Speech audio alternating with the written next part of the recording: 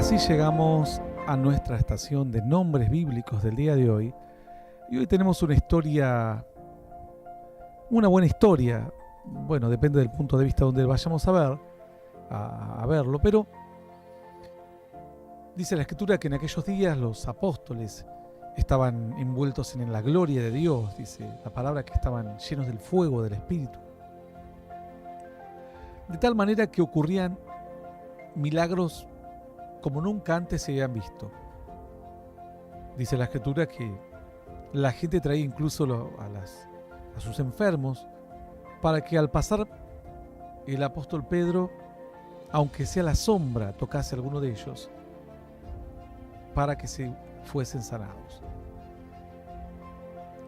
Fue tan notable todo lo que ocurrió en aquellos días que lo llevaron ante el concilio, es decir, ante aquel órgano que tenían los judíos, en el cual dirimían sus asuntos. Recordemos que ellos estaban bajo el dominio de Roma, pero Roma les concedía cierta autonomía para las cuestiones de la religión, cuestiones del pueblo, cierta autonomía para asuntos menores, ¿no?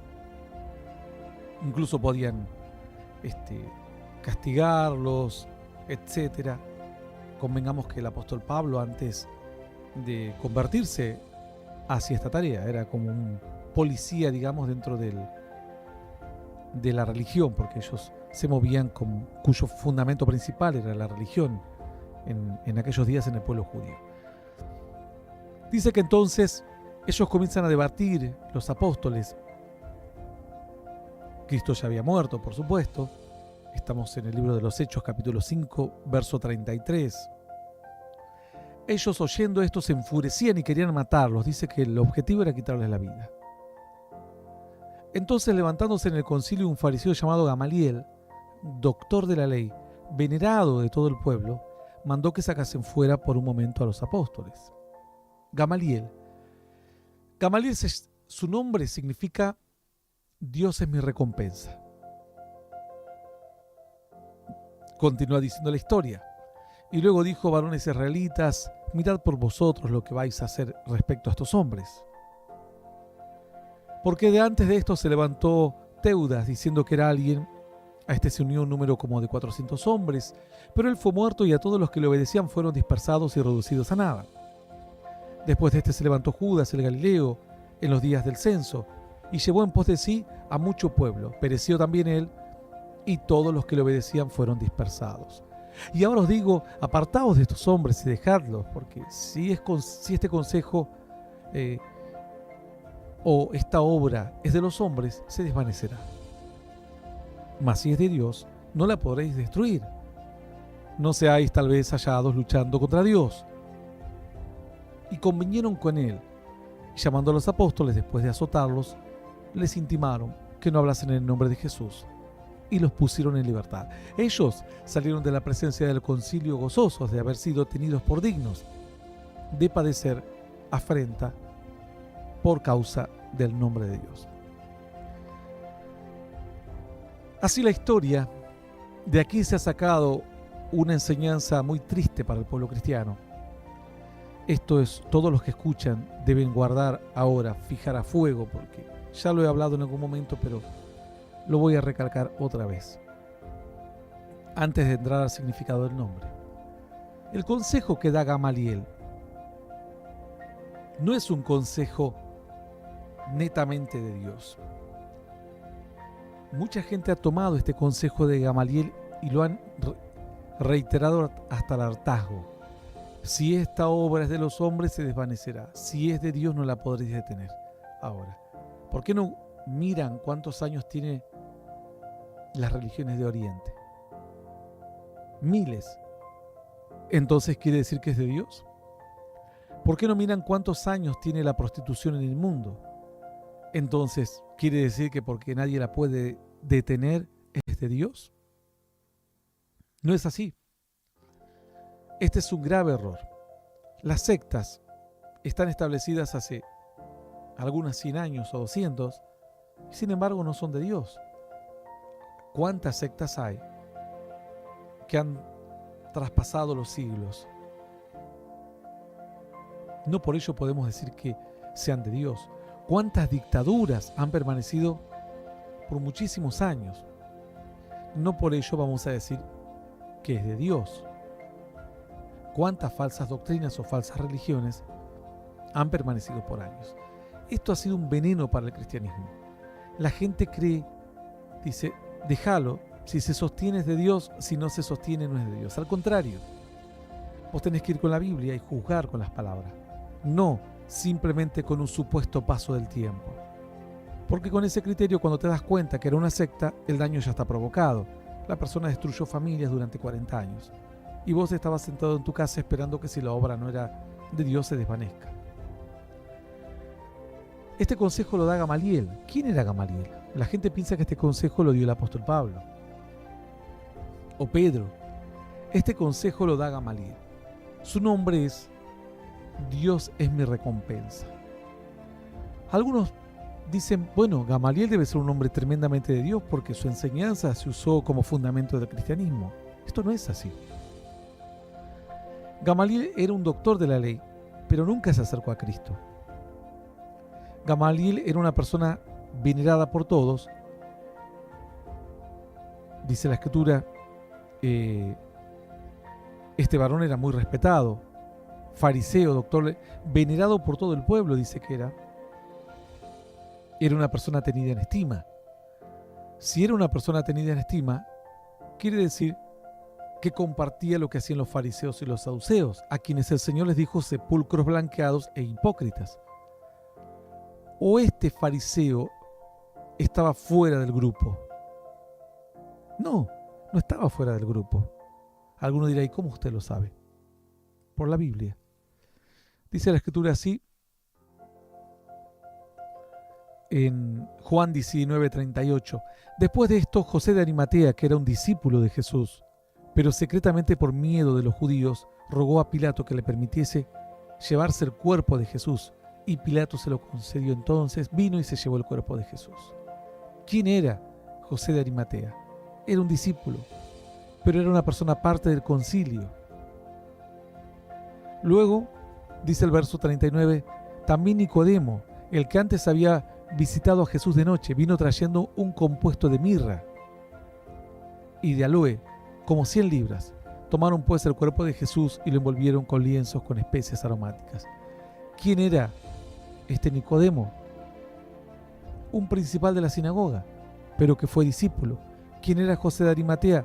Un miembro del concilio, una persona muy adinerada, pero que fue discípulo de Cristo. Dice en Marcos 15:43, José de Arimatea, miembro noble del concilio, que también esperaba el reino de Dios, vino y entró osadamente a Pilato y pidió el cuerpo de Jesús. Después tenemos a Jairo, principal de la sinagoga, Lucas 8:41. Entonces vino un varón llamado Jairo, que era principal de la sinagoga, postrándose a los pies de Jesús, le rogaba que entrase a su casa, aquel que tenía a su hija enferma. Entonces lo tenés a un principal como Jairo, de la sinagoga, a un miembro noble del concilio como José de Arimatea, y a Nicodemo, a también un principal de una sinagoga. Hombres nobles, hombres que eran parte del pueblo judío. Este Nicodemo fue el que se acercó a Jesús de noche y le dijo, Señor, ¿cómo puede un hombre nacer siendo viejo? Este Nicodemo era un fariseo, era principal entre los judíos, no era cualquiera, era un fariseo principal entre los judíos, pero sin embargo juntos con José de Arimatea fueron discípulos de Cristo y tras la muerte tomaron el cuerpo. José de Arimatea osadamente fue a pedir el cuerpo. Y luego tenemos a Jairo, al menos 3 de estos, pero no aparece este otro varón, Gamaliel, no aparece. Gamaliel no creyó en Cristo. Su nombre significa recompensa de Dios. ¿Será que Dios lo iba a recompensar? ¿Será que era doctor de la ley, pero que en algún momento, para quedar bien, porque era respetado, dice que muchos creían en Jesús, pero tenían miedo al ser expulsados de los círculos sociales? ¿Será que él tenía miedo de perder su estatus? ¿Será que no quiso arriesgarse? él decía, su nombre es recompensa de Dios, pero Dios te va a recompensar a la medida que haces las cosas bien. Cuyo nombre es recompensa de Dios, sabía que se estaba quedando sin recompensa. A ver, mataron a Cristo. ¿Por qué se frenarían en matar a Pedro? ¿Quién era Pedro a la par de Cristo? A Cristo lo seguían miles y miles de personas. Alimentó 5.000 hombres, sin contar mujeres y niños. Imagínense que puede haber habido más de 20 o 30.000 personas. Mataste a alguien que lo seguían 30.000 personas o 20.000. No vas a matar a alguien que lo siguen 500 o 400. ¿Qué es lo que llevó a José de Arimatea, a este varón Gamaliel, cuyo nombre significa Dios es mi recompensa? Es decir, Dios, mi recompensa está en el cielo. Él me dará lo que yo hago. Si hago bien, me recompensará bien. Y yo quiero que mi recompensa sea Dios. Por lo cual, camino bien para que mi recompensa sea Dios. ¿Qué es lo que llevó a este Gamaliel a cambiar de posición? No se lo vio con esta vehemencia a Gamaliel defender a Jesús. No lo defendió. ¿Será que en algún momento se dio cuenta que no iba a ser recompensado por Dios? Aquel que dijo, su madre le dijo, Dios será mi recompensa, mi hijo va a llevar ese nombre. Dios es mi recompensa. Dios me recompensó con este hijo, porque lo pedí. Y ahora mi hijo va a saber que todo lo que él haga, Dios lo va a recompensar en el cielo. No estuvo muy lejos la madre del nombre. Terminó siendo un hombre muy importante, un doctor de la ley. Pero no solamente hace falta ser conocedor de la Biblia. Hay que estar dispuestos a dar la cara por Dios. Los profetas sabían de Dios, pero se arriesgaban cada vez que abrían su boca. Juan el Bautista murió por esto. Aquí teníamos un hombre que conocía las Escrituras, pero que cuando vio lo de Cristo no tuvo la valentía. Dios es mi recompensa, dijo él. Pero en un momento, supongo yo por el contexto, sos un doctor de la ley. Estás en una situación de que todos se conocen. Eran ciudades pequeñas en aquella época, pueblos pequeños. Aún Jerusalén no era una ciudad tan numerosa, se conocían prácticamente todos. Al punto que Jesús, cuando vino a Jerusalén, dice que los padres pensaban que andaba entre los parientes, adelante o atrás, en alguna caravana, y se confiaron. Se conocían todos. ¿Acaso Gamaliel no sabía la historia de José de Arimatea, un principal del concilio, un hombre muy adinerado, muy respetado, que ahora era discípulo del Señor? ¿Acaso nunca se enteró que Nicodemo fue de noche y le dijo, Señor, ¿cómo puedo hacer para entrar al reino de los cielos? Y el Señor le dijo, el que no naciere de nuevo no puede ver el reino de Dios. Pasó desapercibido para Gamaliel que el principal de la sinagoga, Jairo, cuya hija murió, fue a rogarle a Cristo y el Señor sana y resucita a su hija. Claro que no, él lo sabía bien. Pero sin embargo, no solamente hace falta saber qué es lo bueno y lo malo, sino actuar a favor de lo bueno. Hoy hay mucha gente que sabe qué es lo bueno y lo malo, pero no actúan a favor de lo bueno. Prefieren quedarse en el medio esperando. Quizás Gamaliel escogió quedarse esperando porque de esa manera sacaba un beneficio, no perdía la reputación. Pero empezó a perder la recompensa de Dios. Algo en su corazón le dijo, ¿sabes qué? Tu nombre significa Dios es mi recompensa, pero en el cielo te estás quedando sin recompensa, porque vino el reino de Dios a la tierra y esta gente que fariseos, así como Nicodemo, principal entre los judíos, fue a Jesús y vos ni siquiera opinaste, pudiste haber levantado la voz defendiendo, pero te quedaste callado. Algo lo llevó a este Gamaliel a darse cuenta que siendo que su nombre es Dios es mi recompensa o recompensa de Dios, él se estaba quedando sin recompensa. Entonces, ¿por qué dijo lo que dijo? Porque Gamaliel, fíjate lo que dice el texto anterior, ellos oyendo esto se enfurecían y querían, dice, matarlos. Ya él había visto la muerte de otros. Incluso habían matado a Esteban. Entonces, Dice la Escritura que ese era el contexto. Lo que les esperaba a Pedro y a los discípulos era la muerte. Entonces Gamaliel se dio cuenta que él conocía algo que los demás no conocían. Él era un doctor de la ley, no era un aprendiz, no era un maestro, era un experto de las Escrituras. Como todo experto, sabía qué era lo bueno y qué era lo malo. Sabía que los fariseos eran hipócritas. Sabía que ellos hacían cosas malas y que se estaba quedando sin recompensa porque el Señor los acusó. Les dijo: ustedes son hipócritas. Ustedes hacen las obras de vuestro padre el diablo. Ustedes son sepulcros blanqueados. Son una generación de víbora. ¿Cómo van a escapar de la ira venidera? Gamaliel escuchaba, porque dice que constantemente habían, donde Cristo andaba, fariseos, saduceos y escribas de la ley. Siempre andaban 3 o 4 de un grupo, 3 o 4 de otro, 3 o 4 de otro. Y luego todo lo que escuchaban lo llevaban al templo, lo hablaban con los fariseos, con los doctores de la ley, con los escribas, con los principales de las sinagogas. Todo se hablaba, porque ellos sabían que el pueblo estaba ahora yéndose a esos lugares. El templo estaba en un lado y el pueblo se iba a otro lado a buscar y escuchar palabras de Jesús, palabra de Dios. En el templo ya no había palabra de Dios. Gamaliel se estaba dando cuenta que lo que Cristo dijo era verdad, pero quería esperar. El tema que esperar y no actuar lo hizo que él se quede sin recompensa. Él sabía que la recompensa de Dios, o Dios es mi recompensa. Él sabía que se estaba quedando sin recompensa en el cielo por sus obras. Dice la Escritura que incluso a pesar de que después de la muerte de Cristo, Ananías y Zafira le mintieron a Pedro, dice que cayeron muertos. Sus obras le quitaron la vida.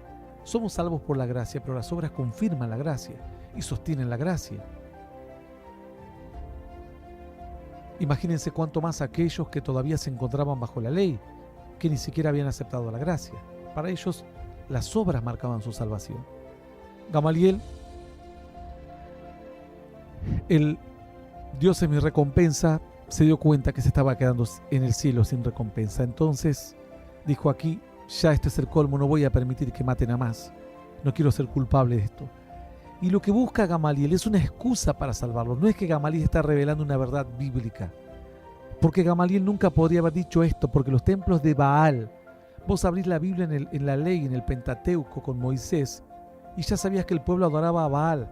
Habían pasado miles de años o cientos de años, en algunos casos, según el punto de la historia, y todavía se seguía adorando a Baal. Entonces él nunca pudo haber dicho una barbaridad así, que si la obra es de los hombres se va a desvanecer, mas si es de Dios permanecerá.